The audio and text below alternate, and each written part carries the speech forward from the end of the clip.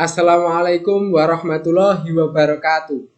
Perkenalkan, nama saya Rizalul Amin. Saya mahasiswa jurusan Ekonomi Syariah, Fakultas Ekonomi dan Bisnis Islam, IAIN Tulungagung. Saya adalah mahasiswa yang sedang melaksanakan tugas PPL secara online. PPL kali ini berbeda dengan tahun-tahun kemarin, karena hanya dilakukan dengan cara observasi dan pengamatan saja. Karena seperti yang kita ketahui bahwa Indonesia sedang dilanda pandemi COVID-19. Ini nanti akan saya jelaskan sedikit dari laporan yang saya peroleh pada saat pengamatan di Koperasi Satria Jaya yang ada di Desa Satrian, Kecamatan Kanigoro, Kabupaten Blitar. Penjelasan akan saya mulai dari pengertian koperasi. Koperasi dapat diartikan sebagai suatu bentuk kerjasama dalam lapangan perekonomian. Kerjasama ini karena adanya kesamaan jenis kebutuhan hidup. Kata koperasi berasal dari perkataan co dan operation yang mengandung arti kerjasama untuk mencapai tujuan.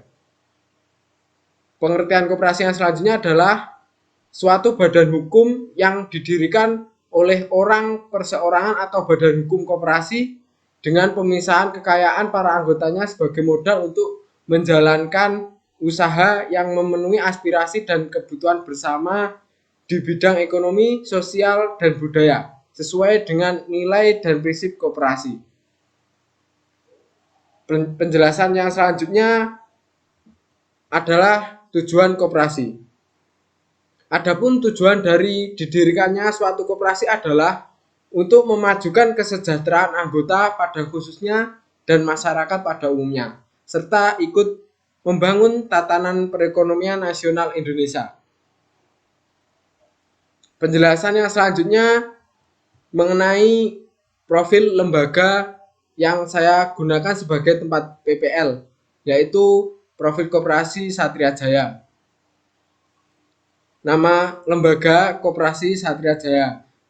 Alamatnya di Jalan Manokwari Satrian, Kecamatan Kanigoro, Kabupaten Blitar.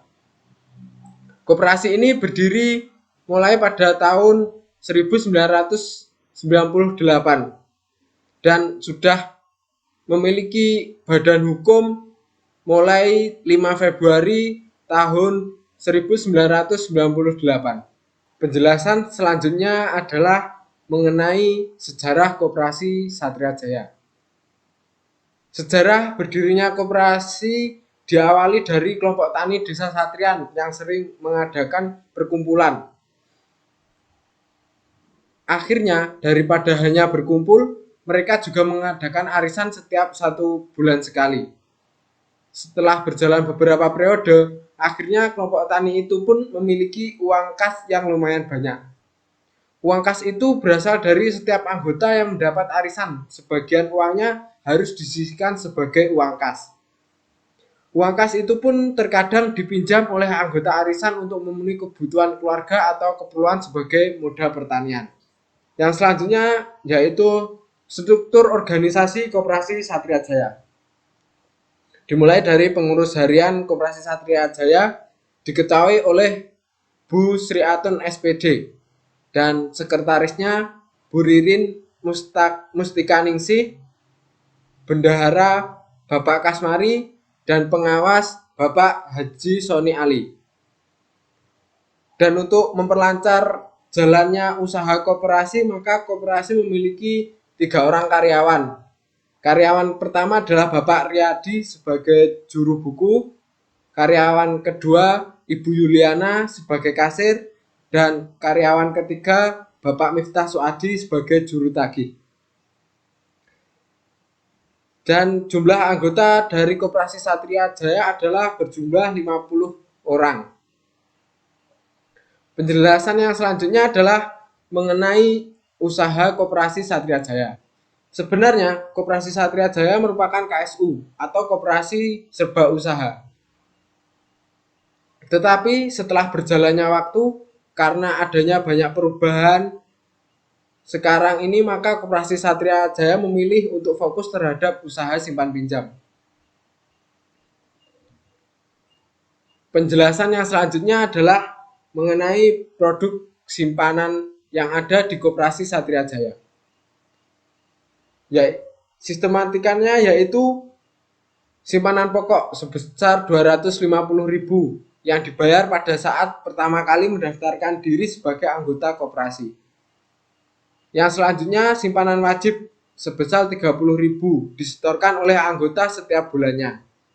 Yang ketiga, simpanan sukarela adalah simpanan yang tidak ditentukan jumlahnya maupun waktu penyetorannya, tetapi memiliki biaya administrasi sebesar Rp2.000. Untuk simpanan wajib tidak boleh ditarik kecuali keluar dari keanggotaan koperasi. Yang selanjutnya, dividen atau SHU diberikan kepada akhir tahun setelah rapat anggota tahunan dengan cara dimasukkan ke buku tabungan berupa simpanan khusus. Yang selanjutnya adalah mengenai produk pinjaman atau pembiayaan yang ada di Koperasi Satria Jaya. Adapun sistematikanya yang pertama yaitu jasa 3% menurun per bulan untuk pinjaman di bawah 10 juta dan 2,5% menurun untuk pinjaman di atas 10 juta. Menurun di atas adalah jika sudah diangsur hanya saldo yang tinggal yang dihitung jasanya untuk bulan berikutnya. Yang selanjutnya memakai jaminan atau agunan berupa BPKB tahun 2000 ke atas dan sertifikat hak milik.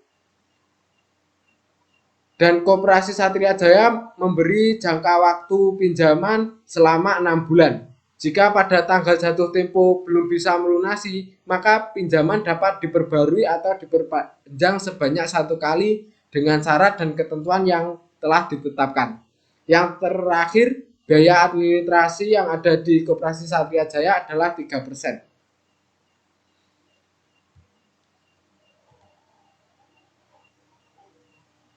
Yang selanjutnya adalah permasalahan di lapangan. Adapun permasalahan yang muncul di Koperasi Satria Jaya adalah pada produk pembiayaan atau pinjamannya. Yang pertama, dalam melakukan pinjaman tersebut, terkadang petani mendapatkan kendala pada saat proses pengembaliannya. Biasanya terkendala karena harus melakukan cicilan setiap bulan. Karena kita ketahui bahwa keuntungan dari pertanian itu baru dapat diambil pada saat panen. Dan periode panen tersebut terjadi tidak setiap bulan. Kadang dalam rentan waktu 4 atau 6 bulan sekali.